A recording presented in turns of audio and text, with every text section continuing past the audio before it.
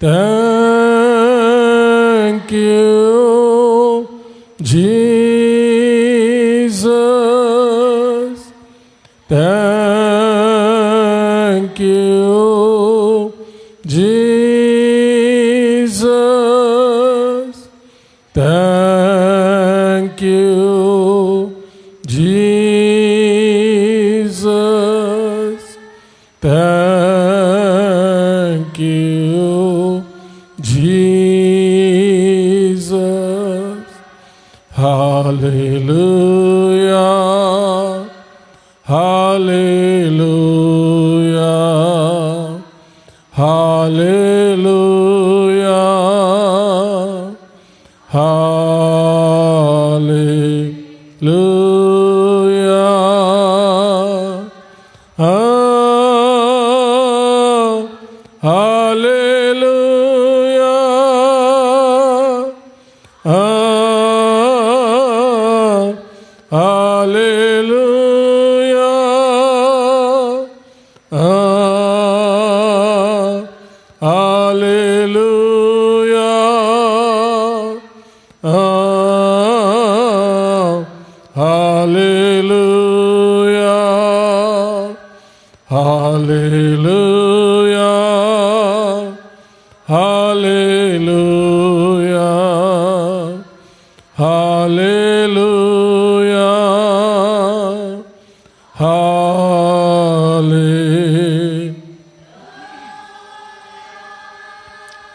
Thank you Jesus master.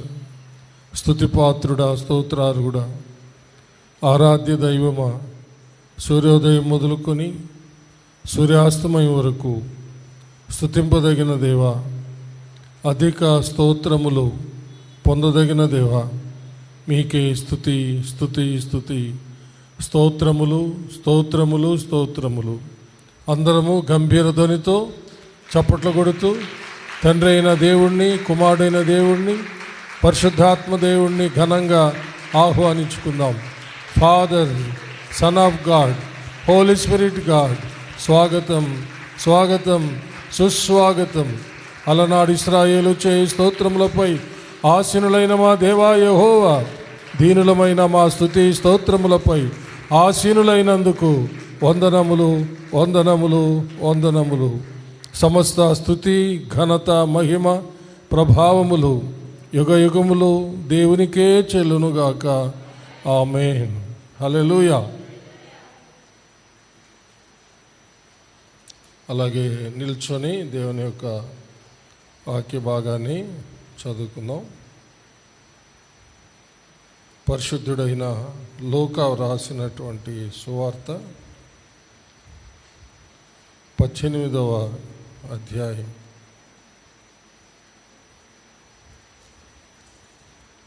9వ వచనం నుండి 17వ వచనం వరకు చదువుకుందాం.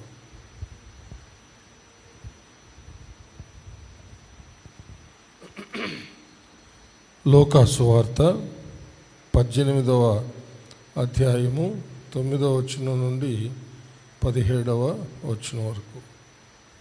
తామే నీతిమంతులని తమ్ము నమ్ముకొని ఇతరులను తృణీకరించు కొందరితో ఆయన ఈ ఉపమానము చెప్పెను. ప్రార్థన చేయుటకై 2 మనుషులు దేవాలయమునకు వెళ్ళిరి. వారిలో ఒకడు పరిసయ్యుడు, ఒకడు సుంకరి. పరిసయ్యుడు నిలువబడి, దేవా, నేను చోరులను, అన్యాయస్తులను, వ్యభిచారులనైన ఇతర మనుష్యుల వలెనైనను ఈ సుంకరి వలెనైనను ఉండనందుకు నీకు కృతజ్ఞతాస్తుతులు చెల్లించుచున్నాను.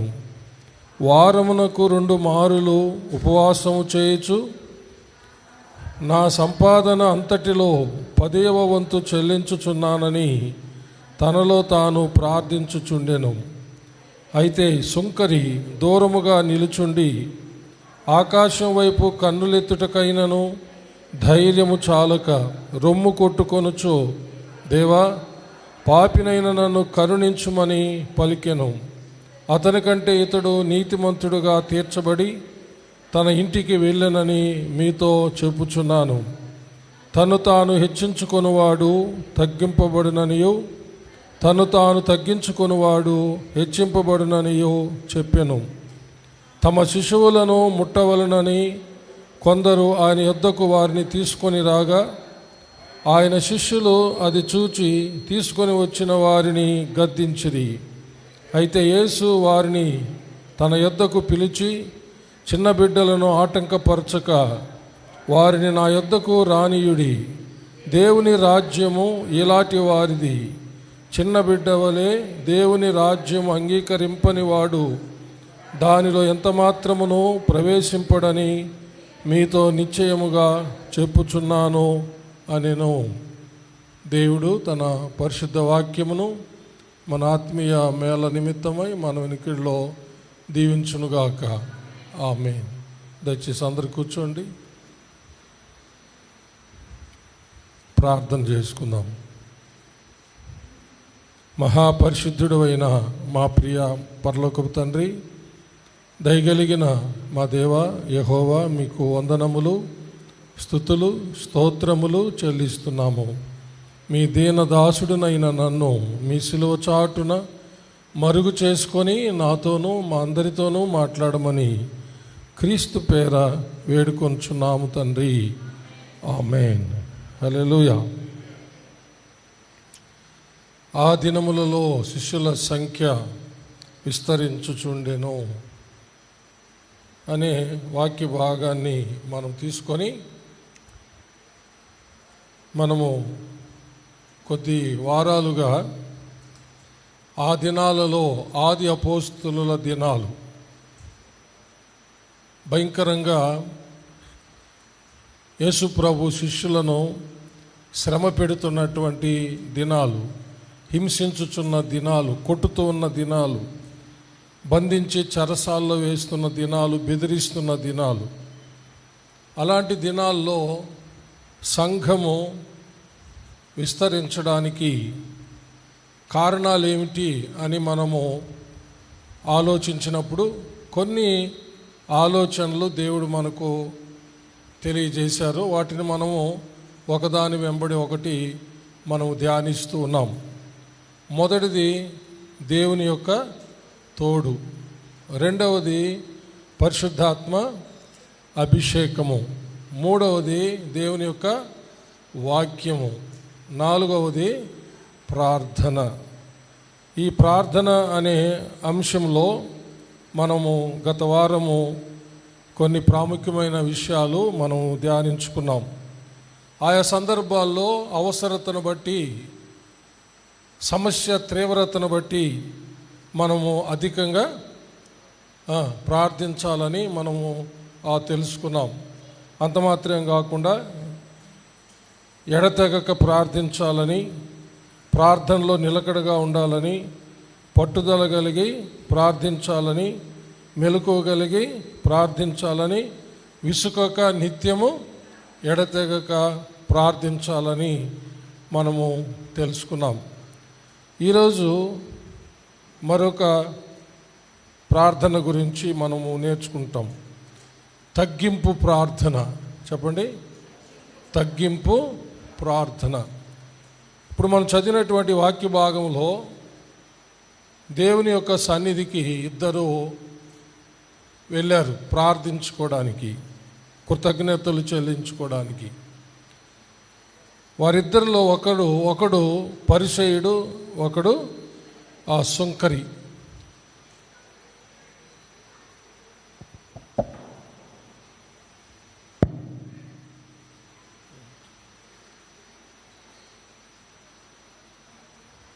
వారిలో ఒకడు పరిసయ్యుడు, మరొకడు ఆ సుంకరి. ఈ పరిసయ్యుడు అంటే ఈ పరిసయ్యుల జాతికి చెందినటువంటి వాళ్ళు తామే నీతిమంతులము, ఇంకా వేరే వాళ్ళు ఎవరు నీతిమంతులు కాదు అని ఆలోచించేవాళ్ళు, అలాగ చెప్పుకునేవాళ్ళు. ఇక ఇతరులను వారు తృణీకరించేవాళ్ళు, వాళ్ళను లెక్కించేవాళ్ళు కాదు. తామే నీతిమంతులు, ఇంకెవ్వరు నీతిమంతులు కాదు అనేటటువంటి కోవకు చెందిన వాళ్ళు ఈ పరిసయ్యులు. ఈ పరిసయ్యుడు దేవుని సన్నిధిలో నిలబడి ఇలాగున కృతజ్ఞతాస్తుతులు చెల్లిస్తున్నాడు. దేవా, నేను చోరులను, అన్యాయస్తులను, వ్యభిచారులనైనా, ఇతర మనుషుల వలెనైనను, ఈ సుంకరి వలెనైనను ఉండనందుకు నీకు కృతజ్ఞతాస్తుతులు చెల్లించుచున్నాను అని కృతజ్ఞతాస్తుతులు చెల్లిస్తున్నాడు. చూడండి, కృతజ్ఞతాస్తుతులు చెల్లించడము అనేది చాలా మంచి కార్యం, చాలా మంచి విషయం. దేవునికి చెప్పండి, కృతజ్ఞతాస్తుతులు చెల్లించడం అనేది చాలా శ్రేష్టమైన సంగతి, చాలా గొప్ప సంగతి. అయితే ఆ యొక్క గొప్ప సంగతి, ఆ శ్రేష్టమైన సంగతి ఇతను చేస్తూ కృతజ్ఞతాస్తుతులు చెల్లిస్తూ దేవునికి అసహ్యమైనటువంటి దానిని అర్పిస్తూ ఉన్నాడు. దేవునికి అసహ్యమైన దానిని అర్పిస్తూ ఉన్నాడు. అంటే ఉద్దేశము మంచిదే, కృతజ్ఞతాస్తుతులు చెల్లించడం అనేది మంచి ఉద్దేశమే. కానీ దేవునికి ప్రీతికరమైన, దేవుడు అంగీకరించదగినటువంటి కృతజ్ఞతలు మాత్రం అతడు చెల్లించల. ఎందుకంటే అతని యొక్క కృతజ్ఞతాస్తుతుల్లో భయంకరమైన అతిశయము ఉందన్నమాట. భయంకరమైన అతిశయము, ఇతరులను భయంకరంగా తృణీకరించడము ఉంది. ఒక మాటలో చెప్పాలంటే, ఒక పేదవాడిని ఒక ధనికుడు చూసి వానికి అన్నం పెట్టాలనుకున్నాడు. సరే, మంచిదే ఉద్దేశం కదా. ఒక పేదవాడిని చూసి అన్నం పెడతానని తీసుకెళ్ళాడు, మంచిదే. ఇంటికి వెళ్ళిన తర్వాత పురుగులతో ఉన్నటువంటి భోజనం పెట్టాడు. ఏం పెట్టాడు? పురుగులతో వండిన భోజనం పెట్టాడు. ఏమంటారు దీన్ని?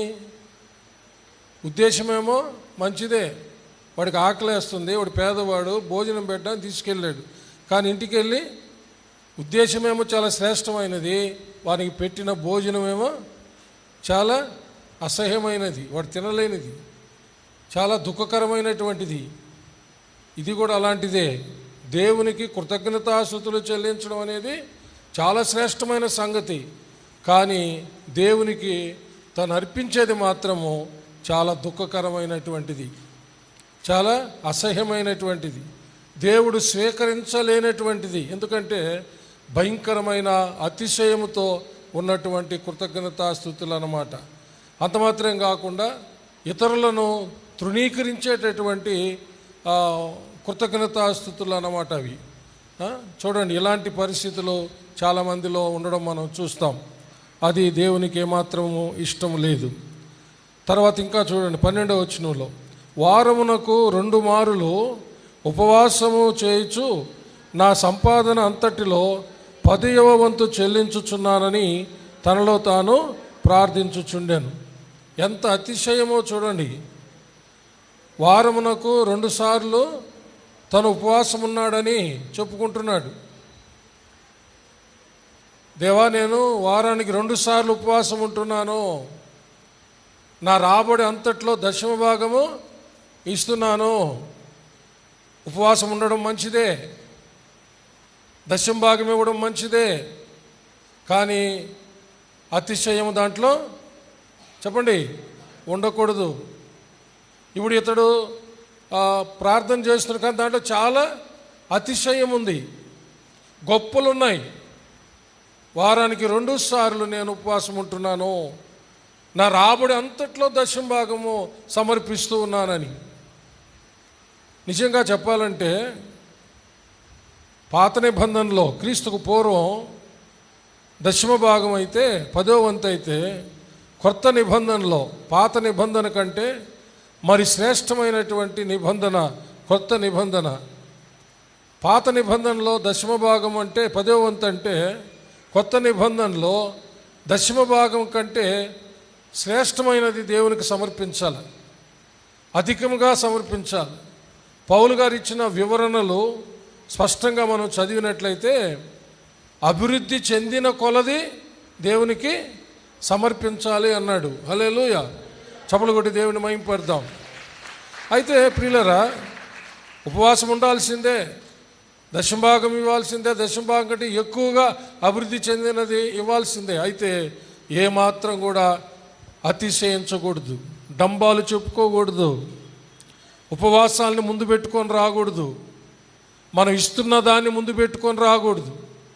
అనేక మంది చెప్తూ ఉంటారు, నేను ఇలా ఉపవాసం ఉంటున్నాను, ఇలా నేను గుడికి ఇస్తూ ఉన్నాను, అది చేపించాను, ఇది చేపించాను,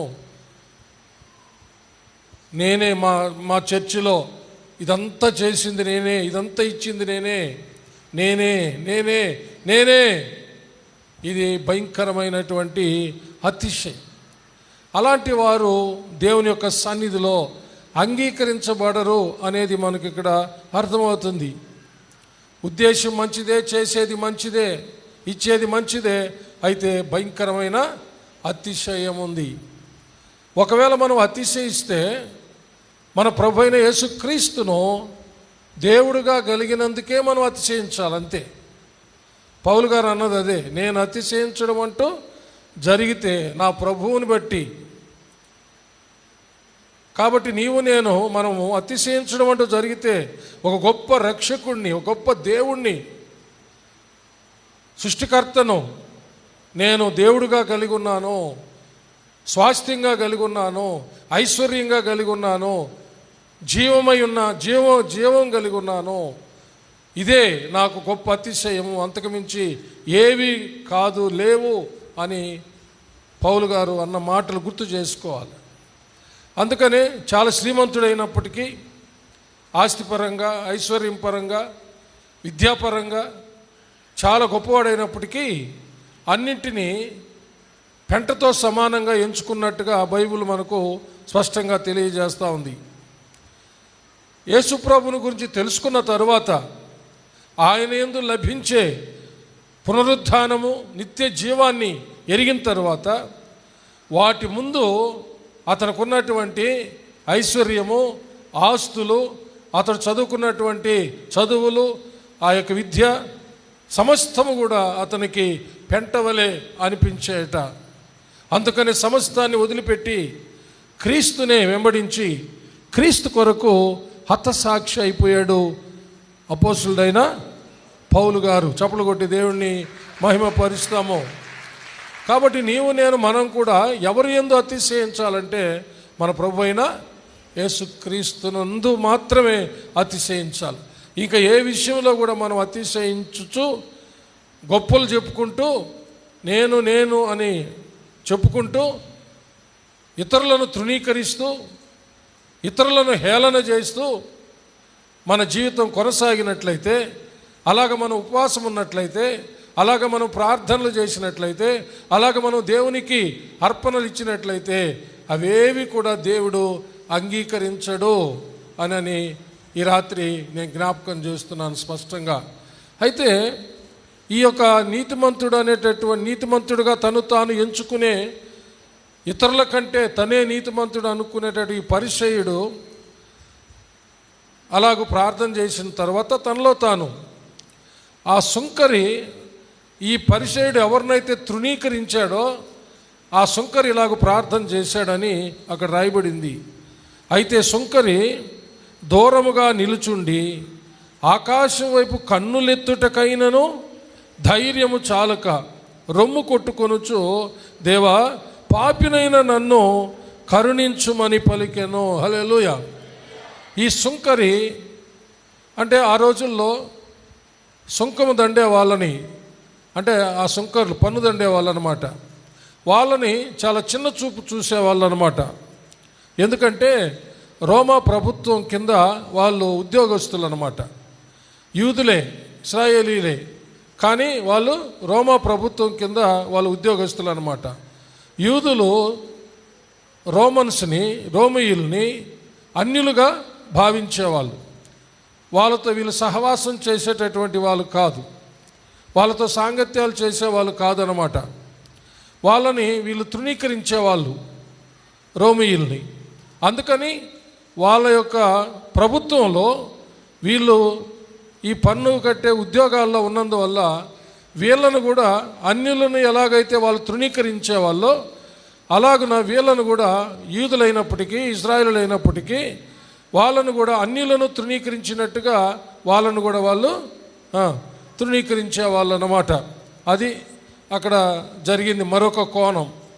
అయితే ఈ సుంకరి దేవుని యొక్క సన్నిధిలో తను తల ఎత్తుకోవడానికైనా ధైర్యం చాలలేదంట. గుండెలు బాదుకుంటూ ప్రార్థన చేస్తున్నాడు, దేవా నేను పాపిని, నన్ను కరుణించుము. హల్లెలూయా. అప్పుడు దేవుడు వారిద్దరిలో ఈ సుంకరిని నీతిమంతుడిగా తీర్చినట్టుగా మనం చూస్తున్నాం. హల్లెలూయా. ఆ యొక్క పరిశుద్ధుడి కంటే ఈ యొక్క సుంకరి నీతిమంతుడిగా తీర్చబడి అతడు పంపబడ్డాడని అక్కడ రాయబడింది. హల్లెలూయా. చప్పలు కొట్టి దేవుడిని మహిమపరుస్తాం. ఈ సందర్భంలో ఈ సుంకరి ప్రార్థనలో ఉన్నటువంటి ఒక శ్రేష్టమైన విషయాన్ని మీకు జ్ఞాపకం చేస్తాను. ఏంటంటే దేవుని కరుణ కటాక్షాలను పొందుకునేటటువంటి ఒక నిజమైన తగ్గింపు ప్రార్థన అది. హల్లెలూయా. ఏంటి? ఒక నిజమైన తగ్గింపు ప్రార్థన. ఎందుకంటే మన హృదయంలో పుట్టే తలంపు ఎప్పుడూ చెడ్డదే. మన ఆలోచనలు, మన కలిగే ఆలోచనలు ఎప్పుడూ చెడ్డవే. కాబట్టి మన జీవితంలో ఏ రోజైనా దేవుని సన్నిధిలో లేక దేవుని ఆ ముఖకాంతి ఎదుట, ఆయన సన్నిధి కాంతి ఎదుట ఒక అద్దం ముందు మన ముఖాన్ని చూసుకున్నట్టుగా మన జీవితాన్ని చూసుకోవడానికి మనం ప్రయత్నిస్తే మనలో ఎన్నో మచ్చలు కనబడతాయి, ఎన్నో ముడతలు కనబడతాయి. అంటే అంత బలహీనులు మనం. అయితే దేవుని యొక్క మహాకృప వలన మనము మన ప్రభువైన క్రీస్తు యేసునందు రక్షించబడి పాపుల జాబితాల్లో నుండి బయటికి వచ్చాం. పాపుల జాబితాలో నుండి బయటకు వచ్చాం. అంటే యేసుక్రీస్తు రక్తము ద్వారా విమోచించబడి మన పాపాలు క్షమించబడి మన పాపాలు కడగబడి పరిశుద్ధపరచబడి పరిశుద్ధుల జాబితాలోకి వచ్చాం. అంటే బాప్తీసం తీసుకోకముందు పాపులుగా ఉన్నాము, పాపుల లిస్టులో ఉన్నాము. మనం రక్షించబడిన తర్వాత పరిశుద్ధుల జాబితాలోకి వచ్చామన్నమాట. హల్లెలూయా. అంటే మనము బాప్తీసం తీసుకున్న రోజు నుంచి మనం పాపుల జాబితా కాదు. ఇది బాగా గుర్తుపెట్టుకోవాలి. ఏంటి? పాపుల జాబితా కాదు, మనం పరిశుద్ధుల జాబితా. అలాగని పరిశుద్ధుల జాబితాలో ఉన్నటువంటి బాప్తీసం పొందినటువంటి మన అందరిలో పాపము లేదనేది కాదు. పాపము లేదనేది కాదు. పాపం ఉండేదానికి అవకాశాలు ఉన్నాయి, పాపం చేసేదానికి కూడా అవకాశాలు ఉన్నాయన్నమాట. కానీ మనము బాప్తీసం తీసుకున్న రోజున పాపుల జాబితాలో నుండి బయటకు వచ్చి పరిశుద్ధుల జాబితాలోకి వచ్చాం. అంతేగాని పాపం లేని వాళ్ళం మాత్రము కాదు. అందుకనే ఎప్పుడైనా వాక్యం అనే అర్థం ఎదుట మనల్ని చూసుకుంటే మనలో ఎన్నో మచ్చలు, ముడతలు, డాగులు ఉంటాయి. అందుకనే దేవుని కరుణ కటాక్షాలు నిత్యము చెప్పండి అవసరము. చప్పలు కొట్టి దేవుని మహిమ పెడతాం. హల్లెలూయా. ఏం చెప్పండి? దేవుని కరుణ కటాక్షాలు, ఆయన కృప ఎప్పుడూ అవసరం. హల్లెలూయా. ఎందుకంటే కృపతో నిన్ను అంగీకరిస్తే తప్ప నీ జీవితంలో ఎప్పుడే కానీ నీవు అంగీకరించబడము చెప్పండి సాధ్యము కానే కాదంతే. హల్లెలూయా. నీ జీవితాంతం వరకు నిన్ను దేవుడు అంగీకరించాలంటే కేవలము కరుణ కటాక్షాల ద్వారానే, కృప ద్వారానే. చప్పలు కొట్టి దేవుని మహిమపడతాం. హల్లెలూయా. అందుకనే రోమాపత్రిక 8వ అధ్యాయంలో చివరి వచనంలో రాయబడిన సారాంశం కూడా అదే. ఆ ఒక్క వచనంలో ఉన్న సారాంశం కూడా అదే. ఏలయనగా పాపం వలన వచ్చు జీతము మరణము. అయితే దేవుని కృపావరము మన ప్రభు అయిన క్రీస్తు యేసునందు నిత్య జీవము. హల్లెలూయా. నిత్య జీవము కూడా కృపావరమేనట. చప్పలు కొట్టి దేవుని మహిమ పెడదాం. ఏంటి చెప్పండి? నిత్య జీవం కూడా కృపావరమే. రక్షణ ఎట్లా కృపావరమో, హల్లెలూయా చెప్పండి.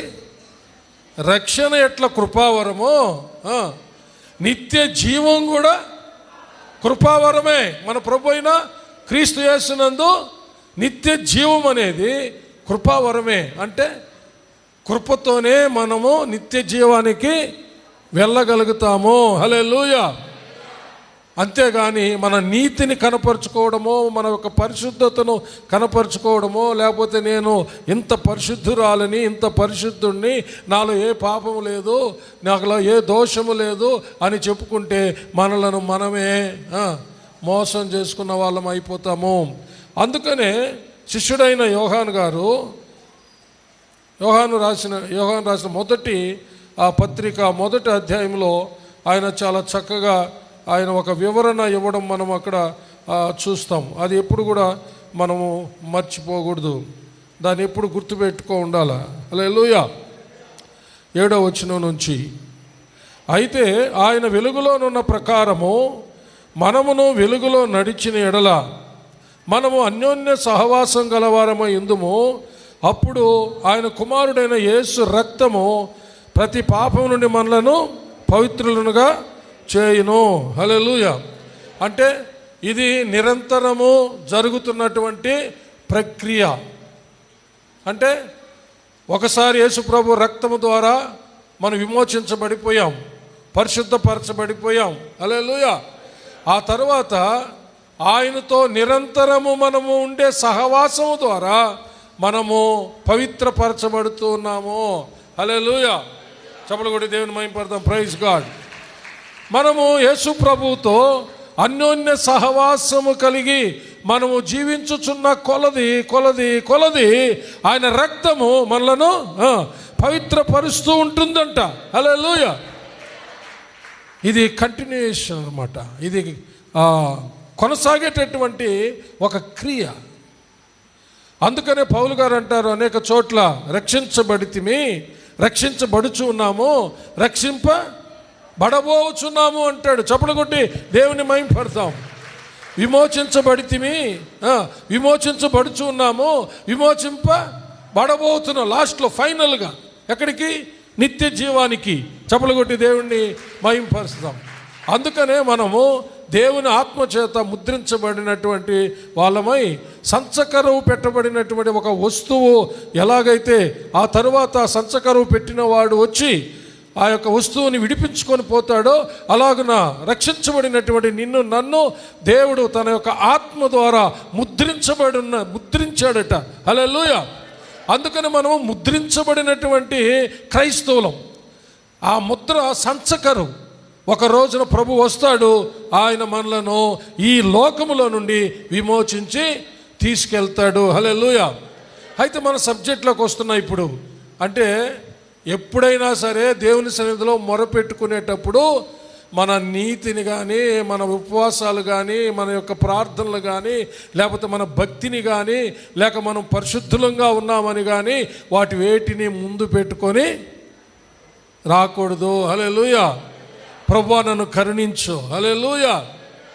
నాలో ఎన్నో బలహీనతలు ఉన్నాయి, నాలో ఎన్నో పాపపు ఆలోచనలు పుడుతూ ఉన్నాయి, ఎన్నో పాపపు ఆలోచనలు నా హృదయంలో పుడుతూ ఉన్నాయి, నా మనసుకు వస్తూ ఉన్నాయి. ప్రభువా కొన్ని చేసేసా, కొన్ని నిగ్రహించుకునే శక్తి మీరు అనుగ్రహించినందువల్ల నిగ్రహించుకున్నా. హల్లెలూయా. అయినా ఏవేవి మోసకరమైన నా హృదయంలో ఏవేవి దాగి ఉన్నాయో నాకు తెలియదు. ఘోరమైన వ్యాధి కలిగిన నా హృదయంలో ఏవేవి దాగి ఉన్నాయో నాకు తెలియవు.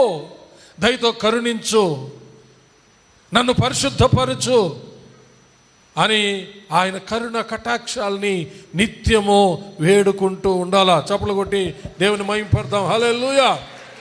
అప్పుడు ఒక ప్రశ్న వస్తుంది, ఇలాగ వేడుకొని క్షమాపణ పొందేటప్పుడు, కడగబడేటప్పుడు మళ్ళా పాపాలు చేయొచ్చా పోయని?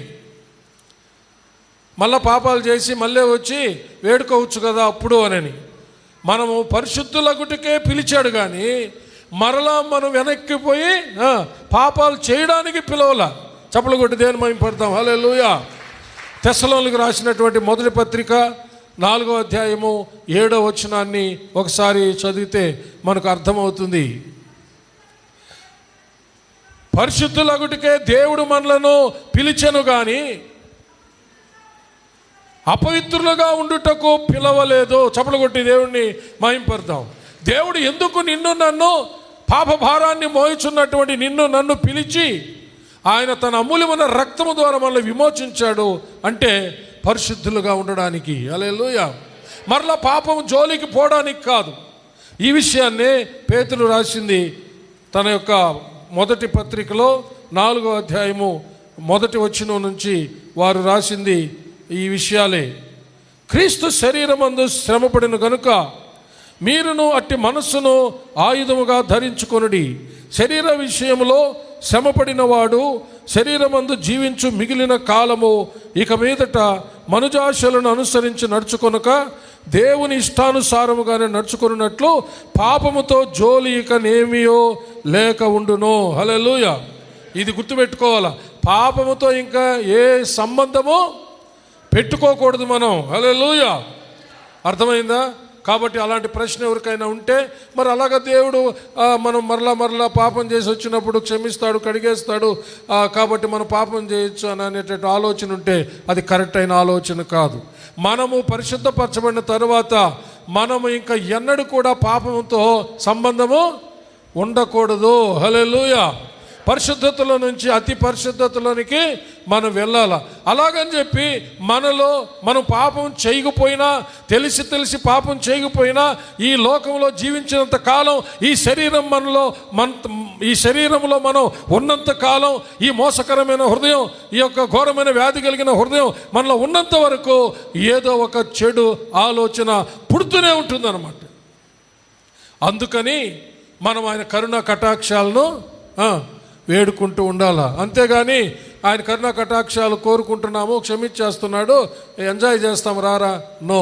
అందుకనే పేతురు గారు చక్కగా రాశారు, ఇక పాపము జోలికి ఇంకా ఏమీ ఉండకూడదు. చప్పలు కొట్టి దేవుణ్ణి మహిమపరుస్తాం. అందుకనే యోహాను రాసిన మొదటి పత్రికలో అంటున్నాడు చూడండి 8వ వచనం, మనము పాపము లేని వారు మనం చెప్పుకుని ఎడల మనలను మనమే మోసపుచ్చుకొందుము మరియు మనలో సత్యం ఉండదు. మన పాపములను మనం ఒప్పుకుని ఎడల ఆయన నమ్మదగిన వాడును నీతిమంతుడును గనుక ఆయన మన పాపములను క్షమించి సమస్త దుర్నీతి నుండి మనలను పవిత్రులుగా చేయును. హల్లెలూయా. మనం పాపం చేయలేదని చెప్పుకుని ఎడల ఆయనను అబద్ధికునిగా చేయువారు మగుదుము మరియు ఆయన వాక్యం మనలో ఉండదు. అందుకనే ప్రభు చివరిగా మన ప్రభువైన యేసు తన శిష్యులతో పస్కా విందును ఆయన పస్కా విందులో పాల్గొన్నప్పుడు ఆయన ఉన్నట్టుండి పై వస్త్రాన్ని పక్కన పెట్టి నడుముకు టవల్ కట్టుకొని ఒక పాత్ర తీసుకొని శిష్యుల పాదాలు కడగడానికి కారణం అదే. హల్లెలూయా. పేతురు కడగొద్దు అన్నాడు, నేను కడగపోతే నాతో పాలు లేదన్నాడు. అప్పుడు అట్లయితే మొత్తము తల మొదలుకొని పాదాల వరకు కడుగన్నాడు. అయితే ప్రభు అన్నాడు, ఒకసారి స్నానం చేసిన వాడు పాదాలు మట్టుకు కాలు మాత్రం కడుక్కొని ఇంట్లోకి వస్తారు కదా, ఆ విధంగా నీ పాదాలు మాత్రం కడుక్కుంటే చాలు అన్నాడు. అంటే ఒకసారి బాప్తీసం పొందినవాడు అతని యొక్క జీవన మార్గంలో లేక జీవితంలో, అతని మార్గాల్లో, అతని పయనంలో, అతని యాత్రలో అతను నడిచేటప్పుడు ఏదైనా మురికి పాదములకు అంటినట్టుగా మన జీవితంలో పాపం అంటుకునే ప్రమాదం ఉంది. కాబట్టి దేవుని యొక్క వాక్యం అనే నీళ్లతో నిత్యము దానిని కడిగి వేసుకుంటూ ఉండాలి. హల్లెలూయా. చప్పలు కొట్టి దేవుణ్ణి మహిమపరుస్తాం. అందుకనే ప్రియులారా, ఆ సుంకరి అతడు పరిసయ్యులకున్నంత జ్ఞానవంతుడు కాదు. పరిసయ్యులు శాస్త్రులకు, ఆ పరిసయ్యుల జాతి వాళ్ళే శాస్త్రులు అన్నమాట. అంత జ్ఞానవంతుడు కాదు. అతడు కేవలం సుంకము దొండేటటువంటి ఒక చిన్న ఉద్యోగి అయినా అతడు ఎంత సత్యాన్ని అతడు ఎరిగి ఉన్నాడో చూడండి. హల్లెలూయా. దేవుని అనుగ్రహం పొందాలంటే ఆయన కరుణ నాకు అవసరమని తెలుసుకున్నాడు అతను. చప్పలు కొట్టి దేవుని మహిమపడతాం. ఈ రాత్రి నువ్వు తెలుసుకున్నావా? నీవు ఆయన కరుణ పొందుకోవాలి.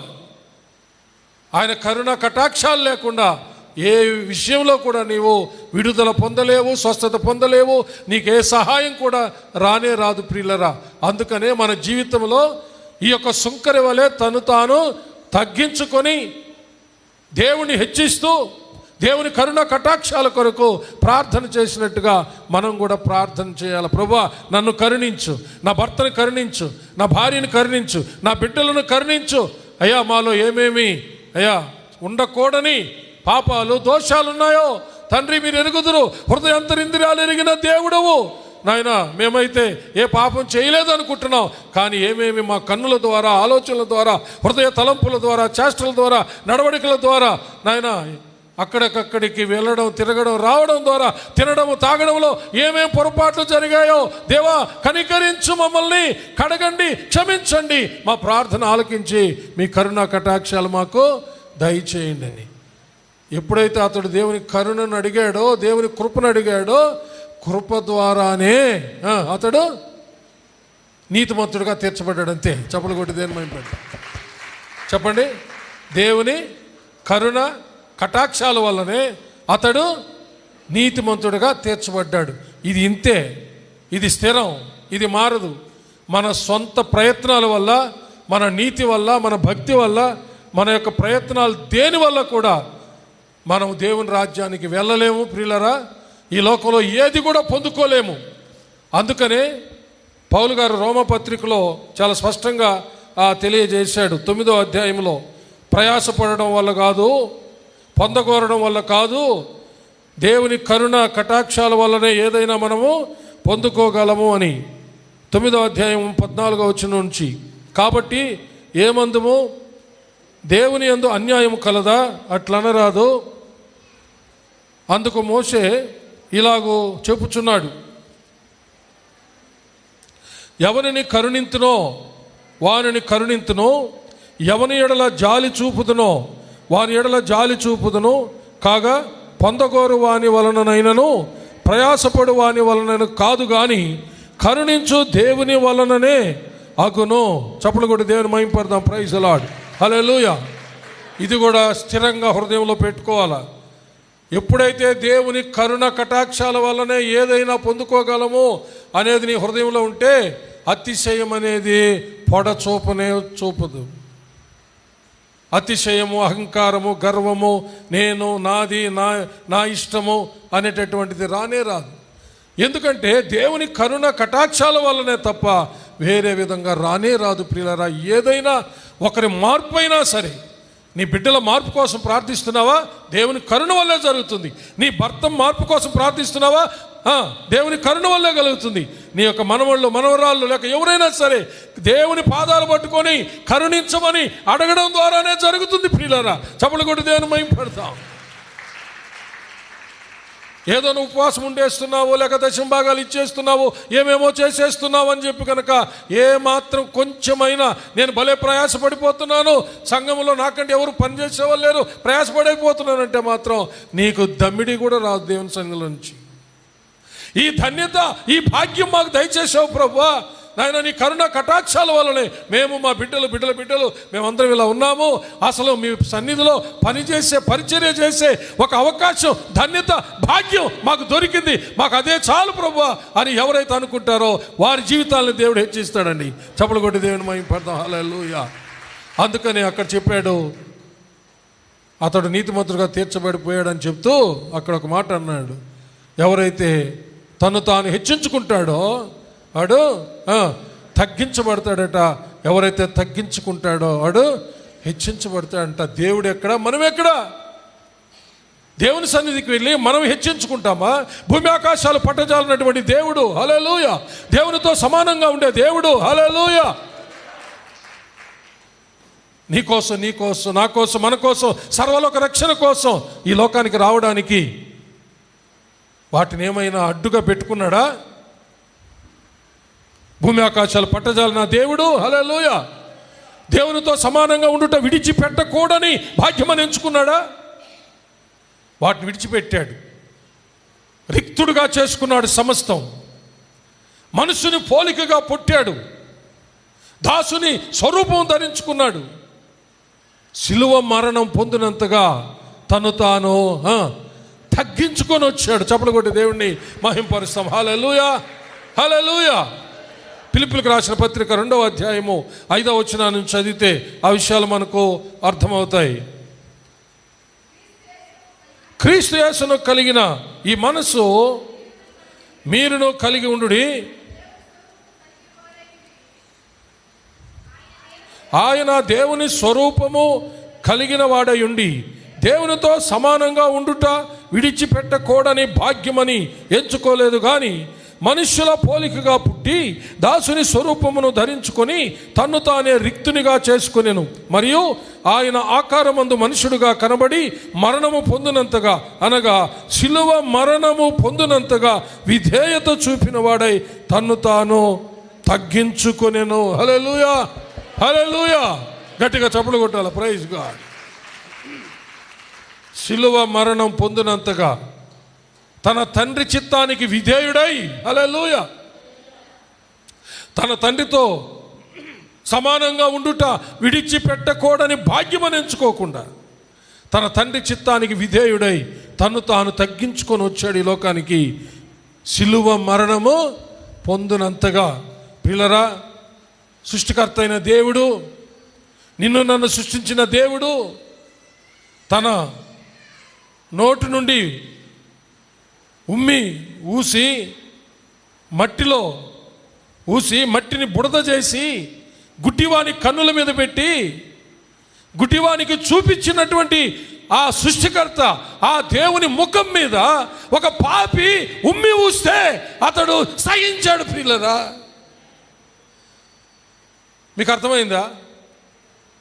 సృష్టికర్త ముఖం మీద ఒక పాపి, ఒక కంపు కొట్టే పాపి ఆయన ముఖం మీద వేస్తే ఆయన సహించాడు. ఇప్పుడు నేను ఆలోచించావా? చప్పలు కూడా దేవుని మహిమపడతావు. ఆయన ఎంత తగ్గించుకొని వచ్చాడు.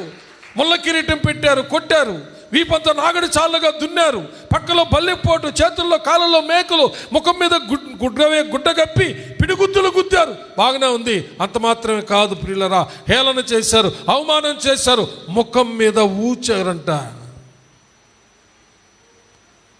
మహాపరిశుద్ధుడైనటువంటి దేవుని యొక్క ముఖం మీద ఒక పాపి ఊస్తే సహించాడు అంటే ఎంత తగ్గించుకొని వచ్చాడు ఆలోచించు. ఎవరి కోసం?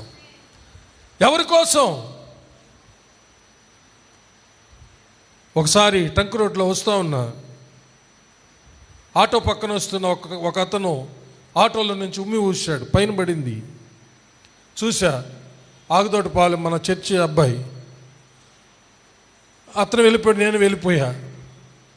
కొంతకాలం తర్వాత వచ్చాడు, సారీ సార్, నన్ను క్షమించు, నేను చూడలేదు అని.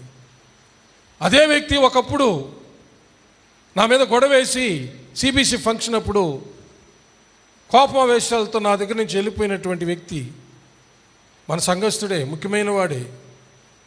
ఆ రోజు అతను వేసినప్పుడు నేను సహించుకున్నది అతని జీవితాన్ని మార్చేసింది.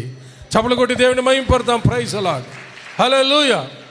అలా కాకుండా నేను ఇంటికి పోయి, ఏమరా నీ కళ్ళు కనబడలేదా, నేను వస్తుంటే చూడలేదా, నీ కొడుకు ఊసాడమ్మా నా మీద అని వాళ్ళ అమ్మకం వాళ్ళ నాయనకో చెప్పి వాడిని కొట్టించుంటే వాడు మారుండేవాడు కాదు. యేసు ప్రభుల వారు నీ కోసం, నా కోసం, సర్వమానవాళ్ళ రక్షణ కోసం ఆయన ఇన్ని హింసలు బాధలు పడుతూ ఆఖరికి ఒక దుర్గంధమైన పాపపు కంపుతో ఉన్నటువంటి పాపి చేత వేయించుకున్నా కూడా సహించాడు. ప్రియులు, ఎప్పుడు ఆలోచించావా? హల్లెలూయా. ఎవరి కోసం? నీ కోసమే, నా కోసమే. హల్లెలూయా. ఆయన అంతా తగ్గించుకొని వస్తే నీ జీవితంలో, నా జీవితంలో ఆ తగ్గింపు ఉందా? హల్లెలూయా. ఎందుకు నీ జీవితంలో ఇంకా అనేక కార్యాలు జరగడం లేదు? ఎందుకు ఆయన కరుణ కటాక్షాలు నువ్వు పొందుకోలేకపోతున్నావు? నీలో ఆయన అంగీకరించేటటువంటి వినయము, విధేయత, తగ్గింపు లేకపోవడమే కదా. పేతురు గారు దాన్నే రాశారు. ఒక మాట, పేతురు రాసిన మొదటి పత్రిక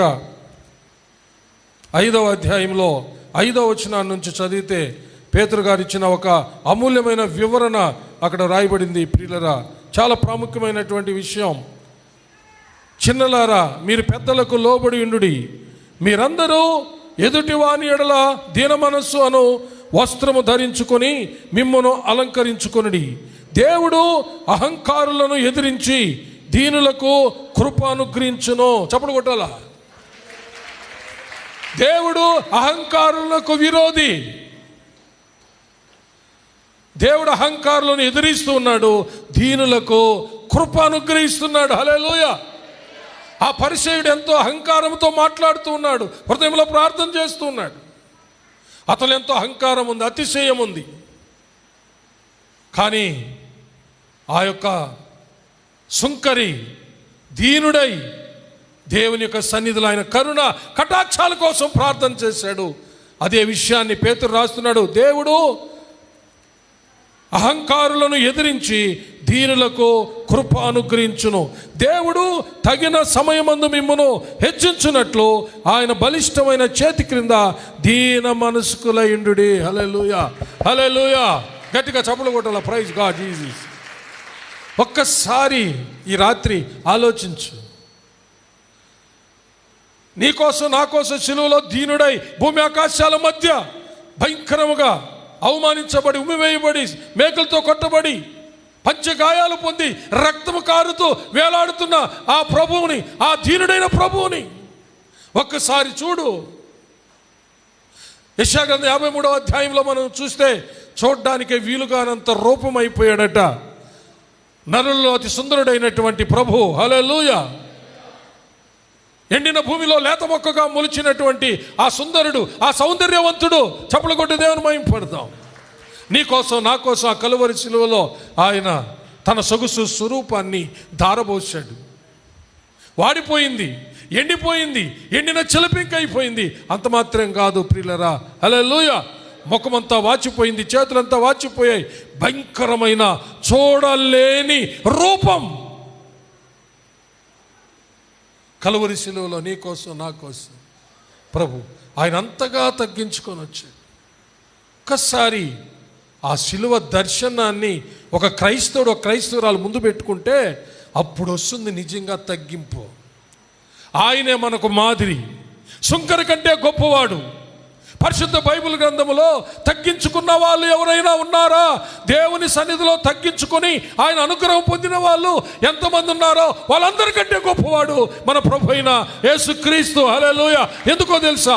సిలువ మరణం పొందినంతగా తగ్గించుకొని వచ్చింది మన ప్రభు అయిన యేసయ్య ఒక్కడే. హల్లెలూయా. చప్పలు కొట్టి దేవుని మహిమపరుస్తాం. హల్లెలూయా. ఎంతోమంది తగ్గించుకొని ఆయన కరుణ కటాక్షాలు పొందుకున్నారు, కానీ మన ప్రభు తగ్గించుకున్న విధానం వేరే.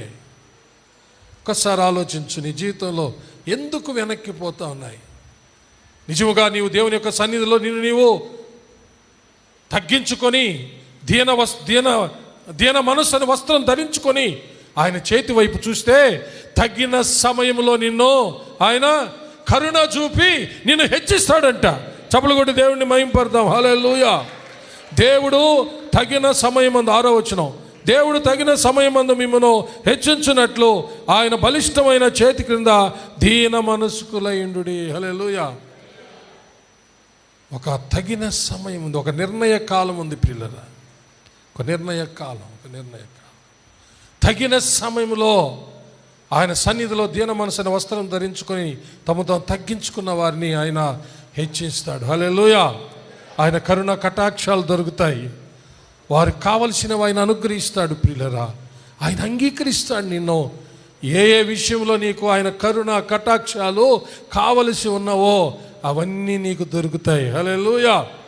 అందుకని కింద వచ్చిన వాళ్ళు 7వ వచనం ఏమన్నాడంటే, నీ చింతలన్నీ ఆయన మీద వేసాయి. ఆయన నీ కోసం చింతిస్తున్నాడు. నువ్వు చింతించాల్సిన అక్కర్లే. నీ చింతలన్నీ ఆయన సన్నిధిలో వేసి నీవు దీన వస్త్రాన్ని ధరించుకొని ఆయన బలిష్టమైన చేతి కింద దీన మనసుకు ఎదురు చూస్తూ ఉండు, ప్రార్థిస్తూ ఉండు. ఆయన కరుణ కటాక్షాల కోసం ఎదురు చూస్తూ ఉండు. నీ చింతలన్నీ తీరే ఒక సమయం అంటూ వస్తుంది. హల్లెలూయా. దేవుడి ఆ చింతలని తొలగించి నిన్ను ఎలాంటి పరిస్థితిలో, ఎలాంటి గోతిలో నువ్వు పడి ఉన్నా సరే ఆ గోతిలో నుంచి ఆయన లేవనెత్తేస్తాడు. చప్పట్లు కొట్టి దేవుని మహిమపడదాం. హల్లెలూయా. కాబట్టి ప్రియులరా, ఆ తగ్గింపు ప్రార్థన, దేవుని కరుణ కటాక్షాల కొరకు తగ్గించుకొని చేసే ప్రార్థన నీ జీవితం నా జీవితం ఎప్పుడు మర్చిపోవద్దు. దేన్ని చూసుకొని అతిశయించొద్దు. ఆఖరికి నీ విశ్వాసాన్ని చూసుకొనైనా, నీ ప్రార్థన చూసుకొనైనా, నీ ఉపవాసాలు చూసుకొనైనా, నీవు చేసే శ్రమ నీ ఇంటి కోసం కావచ్చు, లేక నీ బిడ్డల కోసం కావచ్చు, చర్చిలో సంఘం కోసం కావచ్చు, ఏదైనా సరే అది నీకు ఒక ధన్యతగా, అది భాగ్యంగా ఎంచుకోగాని ఏదో నువ్వేమో చేసేస్తున్నావు దాన్ని బట్టి ఏదో వచ్చేస్తుందంటే మాత్రం నెవర్, నో నెవర్. ఆయన కరుణ కటాక్షాలు ఎవరైతే వేడుకుంటారో వాళ్ళకే సమస్తం అనుగ్రహించబడతాయి. దేవుడటి కృప మీకు అందరికీ తన ఆత్మ ద్వారా అనుగ్రహించునుగాక. ఆమేన్. హల్లెలూయా. అందరు లేచి నిలబడి మనల్ని మనం ఒక్కసారి పరిశీలన చేసుకుందాం.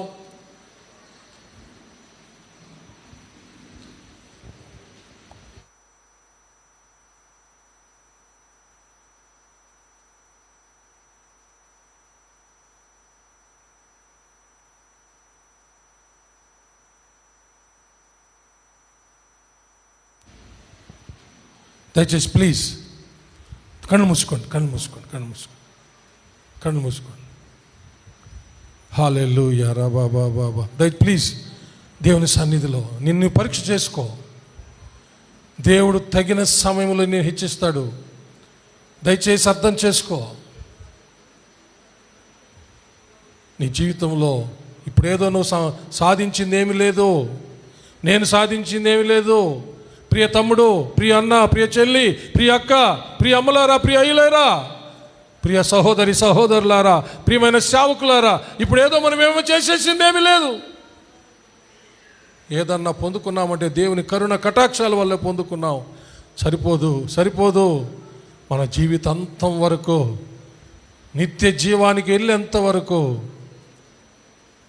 దేవుని యొక్క కరుణ కటాక్షాల కొరకు మనల్ని మనం తగ్గించుకొని వేడుకోవాలి. హల్లెలూయా. పరలోకం వైపు చేతులెత్తి 2 నిమిషాలు ఆలోచించి ప్రార్థన చేయి. ఎలా ఉన్నావు నువ్వు?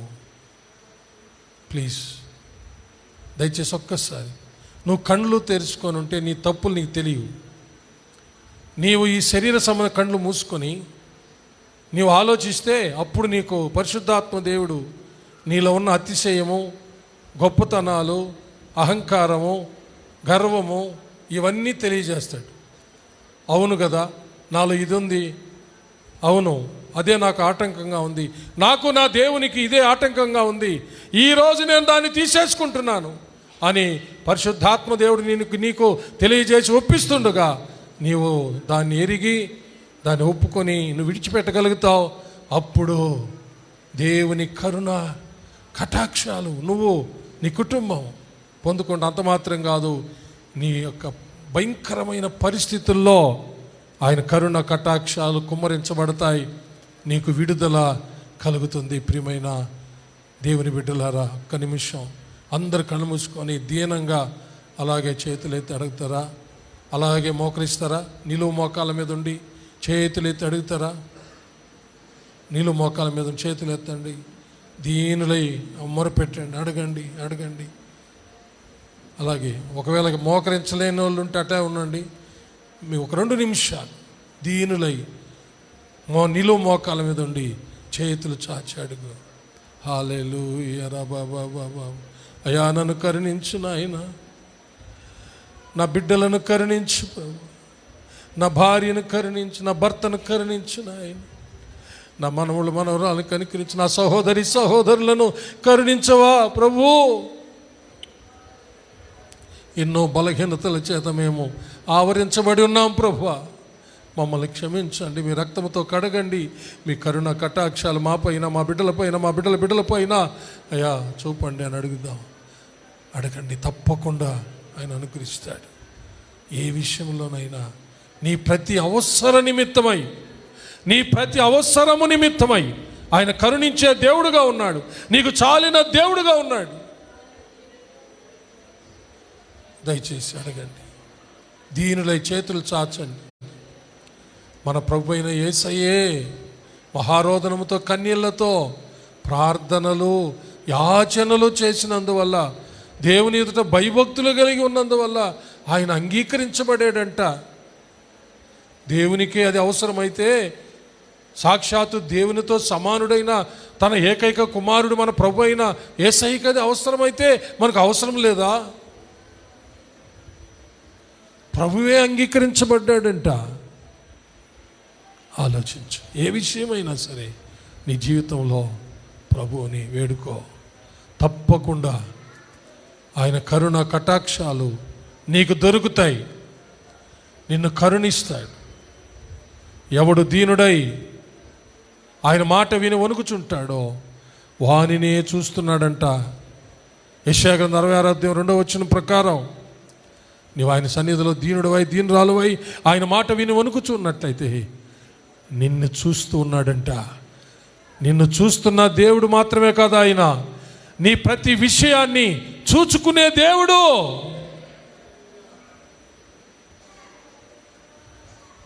ప్రతి విషయంలో ఇన్ ఎవరీ యాంగిల్, నీ జీవితంలో ప్రతి కోణంలో కూడా దేవుడు నీకు సహాయం చేయబోతున్నాడు. హల్లెలూయా. రబబబబబబ ఓ రబబబబ షక్కరబరబర. Thank you Jesus. ప్రార్థించుకుందాం. మహాపరిశుద్ధుడు అయిన మా ప్రియ పరలోకపు తండ్రి, దయగలిగిన మా దేవా యెహోవా, మీకు వందనములు, స్తుతులు, స్తోత్రములు. మా జీవితంలో ఈరోజు తగ్గింపు ప్రార్థన మాకు నేర్పించినందుకు స్తోత్రములు. మీ పాద సన్నిధిలో మేము మీ ప్రియకుమారుడు మా ప్రియరక్షణ యేసయ్య వలె మమ్మల్ని మేము తగ్గించుకొని మీ సన్నిధిలో ప్రార్థించి మీ కరుణ కటాక్షాలు మేము పొందుకొని మేము విడుదల పొందిన వాళ్ళమై ముందుకు పోవడానికి సహాయం చేయండి. మీ కరుణ కటాక్షాలు నిత్యము వేడుకుంటూ మీ బలిష్టమైన చేతి కింద దీన మనస్కులమై కనిపెడుతూ ప్రతి విషయంలో మీ కరుణ కటాక్షాలు పొందుకొని ఏది కూడా కొదువు లేకుండా మేము జీవించడానికి మీ కృప దయచేయండి. తుదకు నిత్య జీవాన్ని మీ కృప ద్వారా, మీ కృపావరము ద్వారా మాకు ప్రసాదించండి. సుంకరి ప్రార్థన ఆలకించిన దేవా, మా ప్రార్థనలు ఈ రాత్రి ఆలకించి మమ్మల్ని కూడా నీతిమంతులుగా తీర్చండి. మా ప్రతి అవసరతయు తీర్చండి. దయతో కరుణించండి. యేసు ప్రభుల వారి అతి శ్రేష్టమైన పరిశుద్ధ నామములో అతి వినయంగా బతిమాలి వేడుకొంచున్నాము పరమ తండ్రి. ఆమేన్. నా ప్రాణమా యెహోవాను సన్నుతించుము, నా అంతరంగముననున్న సమస్తమా ఆయన పరిశుద్ధ నామమును సన్నుతించుము. నా ప్రాణమా యెహోవాను సన్నుతించుము, ఆయన చేసిన ఉపకారములలో దేనిని మరువకుము. ఆమేన్. మన పరమ తండ్రి అయిన దేవుని ప్రేమ, కుమారుడైన యేసుక్రీస్తు ప్రభుల వారి యొక్క కృప, పరిశుద్ధాత్మ దేవుని అన్యోన్య సహవాసము, సన్నిధి, కాపుదల, భద్రత, నడిపింపు ఇప్పుడు ఎల్లప్పుడూ సదాకాలము మీకందరికను, మీ బిడ్డలకు, మీ బిడ్డల బిడ్డలకు, మీరు కలిగి ఉన్న సమస్తానికి తోడై దీవించి ఆశీర్వదించి కాచి కాపాడునుగాక. Amen, amen, amen. May God bless you all. యేసయ్య నామములో అందరికీ వందనాలు. ఒకరొకరు సమాధానం తెలుపుకుని వెళ్ళి క్రీస్తు